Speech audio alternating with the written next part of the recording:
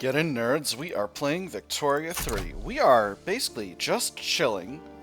There's a very, very long shot on enacting Guaranteed Liberties, but if we can get a decent debate event, we might be able to get a little bit of enactment chance and get going with that.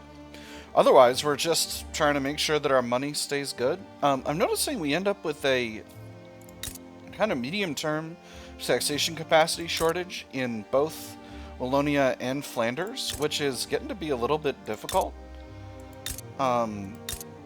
So I'm not sure exactly how to deal with that, but other than building more government.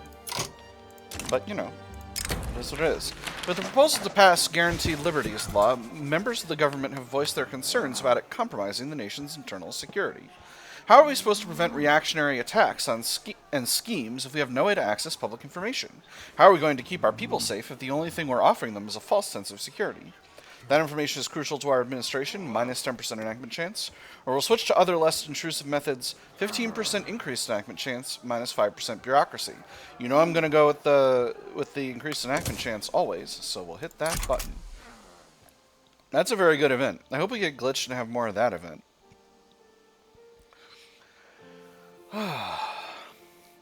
So, we're still trying to get into the French power bloc. They've got a lot of leverage. I'm not exactly sure how to... It looks like our leverage is increasing, and that's the primary barrier, but I don't really know how to work on that. I've got as many pacts with France as I can feasibly have. We got a trade agreement. We got a mutual investment agreement.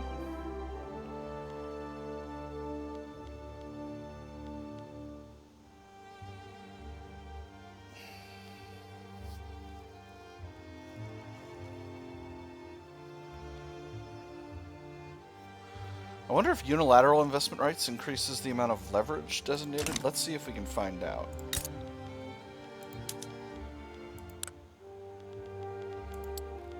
So a mutual investment agreement is 150, whereas a request is 200. So technically, what we want from France is to break our investment agreement and then to get... Well, that doesn't really help. The Brussels Advocate, an explicitly partisan newspaper founded by members of the movement to preserve no home affairs in Brussels, has published its first issue. Between advertisements and political cartoons, it hosts ruthless critique of government policy. There was a certain brilliance to it. By printing it on the cheapest paper, by skimping on ink, by flooding it with advertisements and large text, one could produce a profitable paper for only a penny per copy, whilst its competitors sold for 5 to 10 times that amount. By making that paper relentlessly and shamelessly endorse a certain viewpoint, one could have every working person in the city aware of it by evening. If one's competitors refused to stoop that low, they would become responsible for their own suffocation. How long can a partisan paper last? That'll get extra movement support for this movement. Or is that so? Deny them a printing license, reduce movement support, increase radicalism. I think I'm going to go with the second one. Lowering the support of this movement's going to be good. The other thing we can do is we can import from their market. So what does France have that's cheap?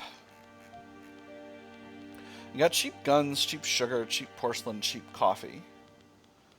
I can definitely bring in dyes from France, and I think I might be already, actually. We're bringing in their silk, obviously.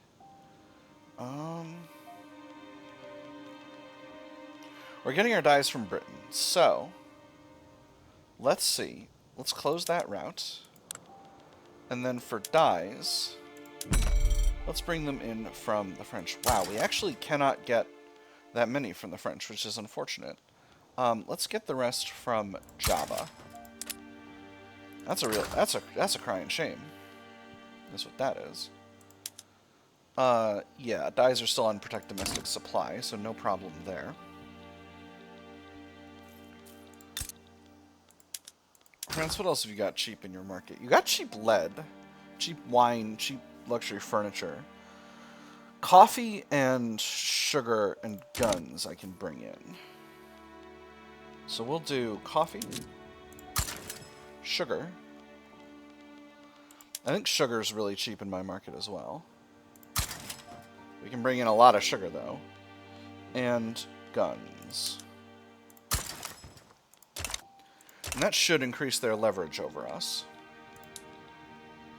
Because again, that's the goal. We want leverage to go up. So we reduced the strength of this movement, so we got a higher debate chance and a lower stall chance. If we could get some good luck here, that would make me really happy. Maybe another information security event. Backroom dealings exposed. Prominent members of the intelligentsia, outspoken supporters of Guaranteed Liberties, and the close allies of Leopoldo Cabral have been exposed in a corruption scandal, having exchanged political favors for personal gifts. One aide was all it took, one boy squeezing acne from his face in the right place at the right time, to overhear the howling laughter, smell the rich tobacco blend, and spot Leopoldo Cabral's new golden cufflinks. One honest fellow's word to the right ears, and it was all uncovered. So, such is the nature of politics, minus 15% enactment chance, reduces his popularity by 50, or throw them to wolves, we must clean up this mess. Minus 10% enactment chance, reduced bureaucracy. I'm going to go with the second one. That is actually going to cut our bureaucracy some, but we do need to build more government admin anyway. So we'll go ahead and just queue those in. That's going to put a hold on our improving finances, but our finances are doing a lot better. We're down to 1.8 million in debt, which is not too bad at all. Once we get these built, we'll be... I think these are basically going to break even, but it'll still be nice. So what is that? Now that we've been importing those for a few weeks, how does that change the power block leverage situation? It still doesn't really change it. This is weird. This is weird. I don't really know how to...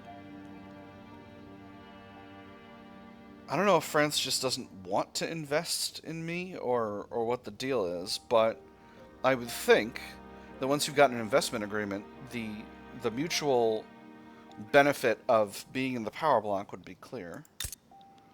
Again, there's not like a sort of...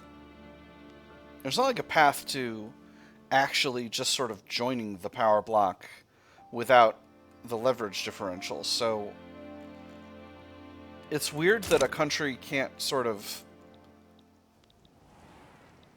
I mean, I could become a protectorate, but I don't want to become a protectorate. Like, that's kind of the point here. Hey, there's organized sports. Excellent. So what do we have spreading to us now in social? We should have quinine. Oh, that's excellent. That'll be good. Obviously, I'm not doing any colonization right now, but it'll be nice to have. Nearly done with our first government admin, so that's nice. Now, I am going to go after the Merina Kingdom. I just think I'm not... Ooh, the food combine of Flanders has finally become profitable, and they're generating extra birth rate, which is very, very nice. I'm super duper pleased about that.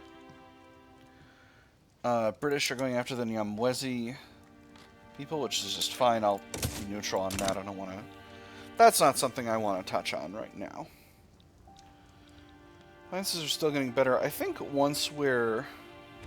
Interest is still 3.5k. And again, interest at 3.5k is not nothing for me. I think I can afford to drop taxation back to Midland. There we go. And then once we're not building anymore, it'll be fine. We'll continue to improve our finances. That'll help with the government as well. Although, it's unacceptable either way, so, you know, we're just kind of doing our best with that. Alright, let's get a slightly... Oh my goodness. We got a bunch of events. A foreign manifesto. The recently translated works of Muhammad ibn Salim have become popular within the movement to preserve no home affairs. The relationship has developed to the point of Muhammad ibn Salim openly endorsing the movement. And for a whole large class, there is no other road, especially for a nation so eminently practical as the Dutch. The great thing is to get the working class to move as a class, that once obtained, they will soon find the right direction, and all who resist will be left out in the cold with small sects of their own. Our struggle is an international one, plus 10 movement support, and again, this is the movement we don't want to be larger. Or, this foreign interference ought to be punished. Angry armed forces, again, reduce political movement support, increase movement radicalism. I don't want... If they get to -10, they're going to be fully radicalized. So, and this movement could potentially become revolutionary. So I think I just need to accept that one getting larger. Ever-increasing influence. Members of the Dutch-French Friendship Committee have discreetly dispatched one of their number to amplify their mission in the United Netherlands' most widely read newspaper. The Dutch-French Friendship Committee has calculated with utmost mastery the dissemination of materials to secure a foothold in both the political world and the public's imagination. With great satisfaction, a lobbyist comments, "There is no denying that the number and reach of newspapers is ever expanding. This approach is sure to reach an influential lawmakers in favor of our scheme. The sense of bad precedent, salty petite bourgeoisie, or this ingenious, reduced legitimacy, increased committee appeasement." I'm going to say it sets a bad precedent. Mining accident. A mine in Wallonia has collapsed, trapping miners within the dark shafts below. The scale of the accident has made the tragedy a story across Wallonia and the nation. "They dug me out, but left my friend behind."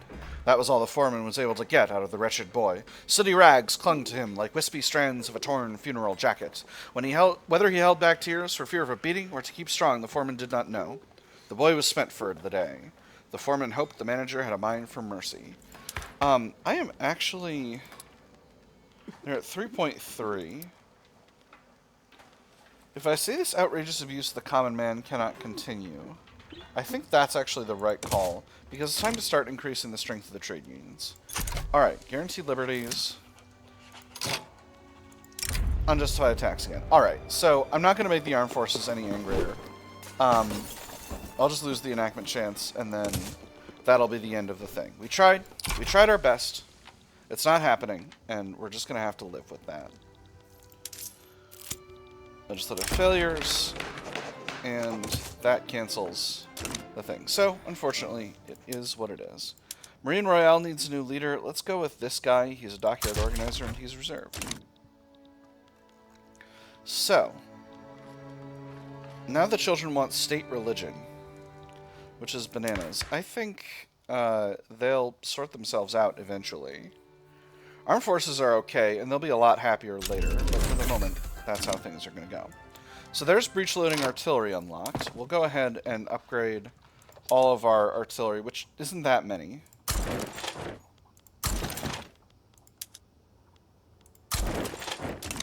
But now we need to figure out what we want to research. So, it's the 1850s. In production, we're basically done with Tier 2 and could start on Tier 3, so why don't we work on that? We'll start with chemical bleaching, and then what do we want in Tier 3? We already got some free progress on steel railway cars, so that's a good place to go next. But actually, I think dynamite and improved fertilizer are both really solid for a tall build. Reinforced concrete gives us extra construction sector throughput, which is nice. Vacuum canning would be rock solid for our food industries. Let's start with steel railway cars. I think after that we'll do dynamite, vacuum canning, and improved fertilizer. We're still working through Tier 2 in society, right? Yeah, we got quinine spreading, but once quinine and postal services are knocked out, we'll have access to Tier 3. Is it worth going ahead in Tier 2 and finishing out Tier 2 in social? I don't think so. Tier 3 in military, the really good ones are gantry cranes and ironclad, hand-cranked machine gun. Military statistics is org gain, that's not bad. Conscriptable battalions is midland. Reduced war exhaustion from casualties is strong. But again, I don't think I'm going to be needing to fight that many wars. So I think we'll be good with that. Alright, so next, I want to try to grab the Merina Kingdom as a puppet. I think I can make this happen without a problem. So, if we demand a make protectorate CB, is anyone going to stop us? Doesn't look like it. Do they have any diplomacy that could be problematic? Doesn't look like it either. So let's go ahead and kick this off. Let's actually wait a couple more weeks until our armies finish upgrading and our... Okay, Marine Royale's got its org back. Let me just wait for these artillery units to sort themselves out. Alright, the ones in the 2nd Dutch Army are good to go. Ones in the 1st Dutch Army are working their way there. There we go, perfect. So, now we will commence the situation, which Shazam. And if anyone problematic gets involved, we'll get the French to help. We'll mobilize the first Dutch army. I'm not going to raise the conscripts because I don't think that's useful. Can we station them anywhere closer? Only in France here. So only in French Africa. So we'll send the Marine Royale over here. And that'll get them kind of in position. Obviously this is creating a serious shortage of ammunition in our market, but we can definitely buy ammunition from the French. But I think we have the capacity to produce the amount of ammunition that we need, assuming our munitions plants get hiring.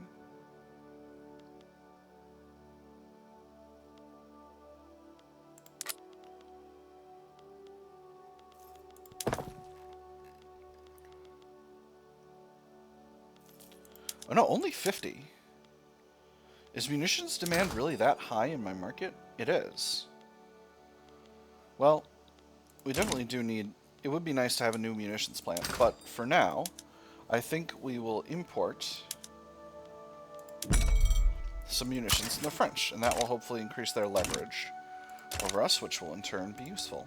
And that'll hopefully cover the difference to a significant enough extent that we won't need to have a problem. Army seems to unfortunately be in not as close a part of France as I was hoping, but it should be fine. So nobody has gotten involved that I need to worry about, so I don't need the French. I don't need a French assistance whatsoever. So that'll be nice. It's interesting. It's the 1850s already, and nobody's really gone attacking in North and Central Africa, except for France over here in North Africa, and even them only a little bit.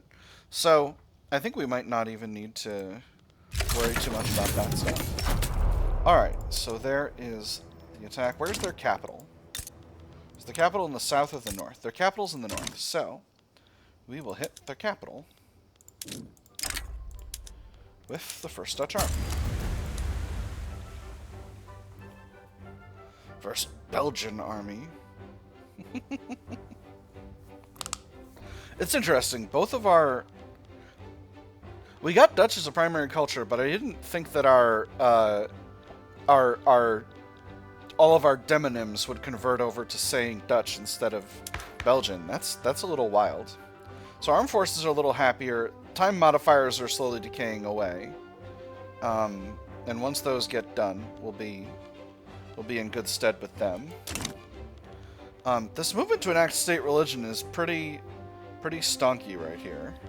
I'm not super pleased about that because I am trying to liberalize, but you know, we'll see how things go. So the enemy has the numbers advantage, but I've got the technological advantage, and that's definitely showing here. So I think I can for sure win this without a problem. Goal at that point will be to increase relations with them until they're willing to be a happy vassal, and we'll all be chill and relaxed and nice. Very good. First battle is a success. Second battle coming in here hopefully in a moment. There we go. Everyone's tired, but they're more tired than we are. We're more able to replace casualties than they are. I think I activated nursing in my mobilization options. Yes. So that should be fine. And that puts landing progress at 52%. Wonderful. So it's looking like 2 more battles and then we'll be where we need to be. How is the investment pool doing? The investment pool has drained significantly, but not too much. I actually might be able to increase the size of the construction sector already. Ooh, rifling completed. Modernizing the arsenal. The change in large-scale production from smoothbore muskets to rifles in the arms industries in Holland has ushered in a new era for small arms production in the United Netherlands. Even from 1,000 yards, you can still take the shot. Forward artillery positions can be harassed, bayonet charges stopped before they're even commenced. The advantages are innumerable. Unless we develop sufficient manufacturing capabilities to produce these weapons, we are bound to face disaster on the battlefield. The Amsterdam arsenal shall be famed throughout the world, increased migration attraction, and arms and artillery industry throughput. Or the United Netherlands shall be at the forefront of military innovation. half those bonuses, but 4.15k progress on repeaters. I think I'm definitely going to go with the second one. I'm always happy to get progress, and that moves us forward in repeaters, which is something I definitely want to get working on. All right, I'm assuming that battle was a success. It sure was. So this one is looking like one too. So we should be in control of the situation fully in not too long.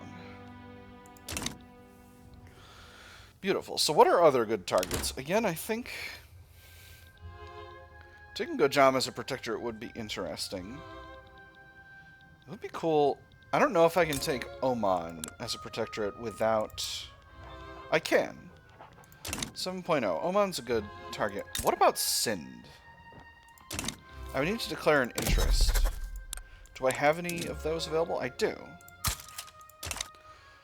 So if I grab Sind, that might be... I can't go anywhere from getting control of Sind. There's chemical bleaching. Wonderful.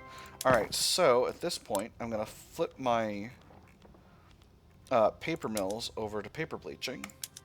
And that's going to make paper much cheaper in our market. And I think, yep, we can finally get Merina Kingdom made into a protectorate. No reason to occupy the entire country. We will start by improving relations. Liberty Desire is Midland. Interesting. They're not that economically dependent on me, so this is going to change the way our market functions significantly. Where's dyes in here? Oop, we're not sorted by market price. We need to be sorted by market price here. Where is dyes? Dyes is at the bottom. Alright, beautiful. So they're producing enough dyes for my whole market. Doing the same it looks like for fruit. Liquor's rock solid. Guns are cheap as heck. Alright, well, unfortunately, we don't need to be importing Spanish sugar at this time.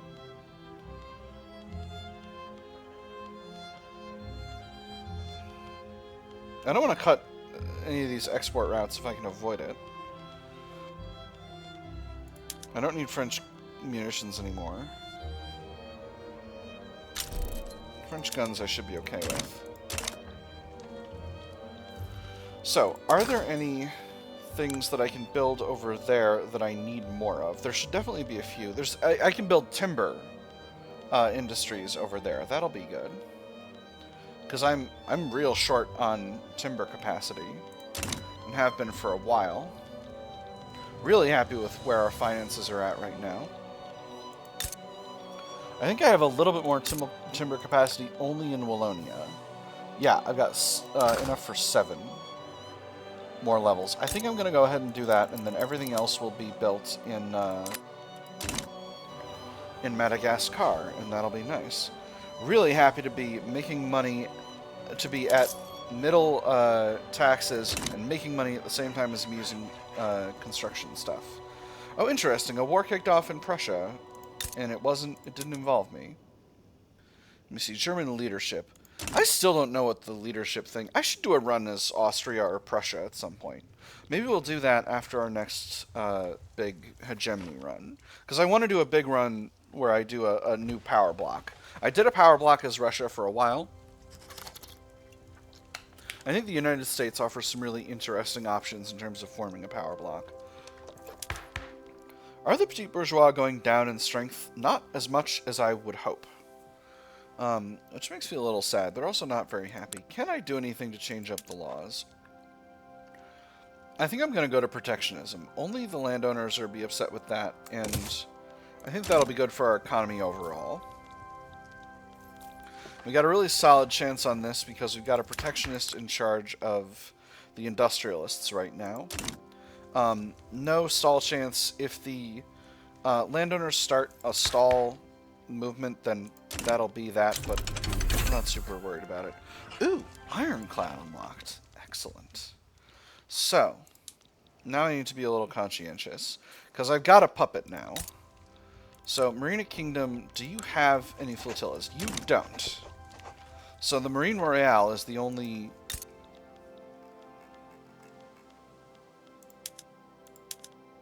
naval... These are regular shipyards. I need military shipyards. So the Marine Royale is the only military shipyard in my customs union. The only navy in my customs union. So if I swap this, I can convert the man of wars over to ironclads, and then we'll have a nice solid fleet. Obviously, it's going to cost me a pile of money, but that's okay. Prussia, you're not doing super hot over here. Well, you're doing okay. Definitely losing in some places. It's interesting Bavaria wound up on the other side. So let me just make sure these are converting, because I need to have ironclads in my customs union, but again, I should now be operating at a shortage of man-o-wars, because I don't have any ports, any producing man-o-wars. I have military shipyards producing.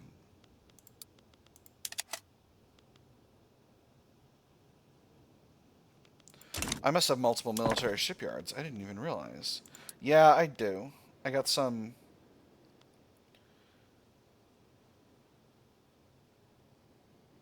See, these should be increasing in demand, but unfortunately... Oh, you know what? I think I need to dock this fleet before it can happen. I'm like, why isn't it doing the thing? And it's like, because the fleet's not docked. Once the fleet's docked, it'll be better. Alright, wonderful. So their autonomy is being reduced significantly. They're very reliant on us economically, which I'm feeling pretty pleased about. So this actually is not increasing the hardwood supply. Maybe we'll grab another one of our smaller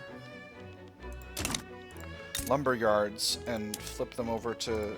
Maybe we'll produce more hardwood in Friesland. Are we short? Yes, we are short on infrastructure in Wallonia. We'll go ahead and build up another railway to deal with that problem. I'm going to queue this into the top so that it gets done as soon as possible, because I planned that badly.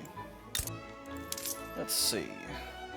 Still suffering from some significant taxation issues in Holland, but that's mostly the turmoil. Turmoil in Friesland is basically sorted. It's impacting migration. Ooh. Well, progressive drafting, wonderful. It's impacting migration attraction and creating a little bit of tax waste in Friesland, but not much. But it's really here in Holland that we're having issues.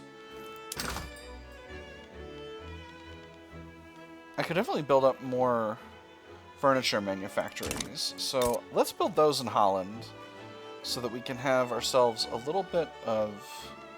We don't even have any in Holland. That's unfortunate. Okay, well... That'll be nice. Let me see. British Raj is going after an uprising in Awad, which is fine. That doesn't affect me actually at all. Let me see, where are we? We're almost at the end of the episode, so I think we'll cut it as soon as we hit the end of the year. Do I want to... If I go after Sindh, for a protectorate, that would be 6.3 infamy. Would anybody step in? Cambodia would. And Persia's got a solid chance of doing so. But still, I think it'd be nice. I think it'd be nice to have a protectorate over there. So that's potentially another target. Oman's another. And maybe, if we start grabbing these states, we can transfer them to Oman and kind of expand Oman's reach throughout this area, and that'll be nice. Another option, since it appears that Gojam is going for unifying Ethiopia, is for us to go for unifying Ethiopia. That would be... is to go for us for Gojam, but that's going to be a longer-term issue. Ooh. We lost Gotals, and that means we've got General Edmund von Nest in command of the industrialists right now, and he is not a protectionist, which means the movement for protectionism is at 0%, so I'm going to go ahead and break this off. If we go to free trade, that will make the landowners much more unhappy. But they're back to... I think I still might be able to do it. We'll see. But we'll wait for next episode to figure that out. General's misfired cannon. An affair between Maxime de Merode and Barthélemy de Thieu de Mélan's spouse has reached our ears, threatening to affect his public image if we don't destitute the general. As if being caught in the act wasn't enough, Maxime de Merode stepped from the bath to see a telltale rash spreading. There was only one liaison he was seeing. Now there was no denying it, not after the general's very flesh betrayed the affair. We still need a general, and these are personal matters. Bartholomew de Thiers de Melun might get alcoholic. They both get syphilis, and the Catholic Church gets salty. Or we can't trust a man like this. He steps down. The other guy gets syphilis. Catholic Church gets happy. I'm going to do the second one. Let's bring in a new general. We can definitely afford one. Let's go with... Let me see. This guy is an opium addict, which is cool, so we'll bring him in. That'll be nice. Alright, it is the end of the year, so that is the end of the episode. I've had fun. I hope you all have had fun, and I'll see you on the other side.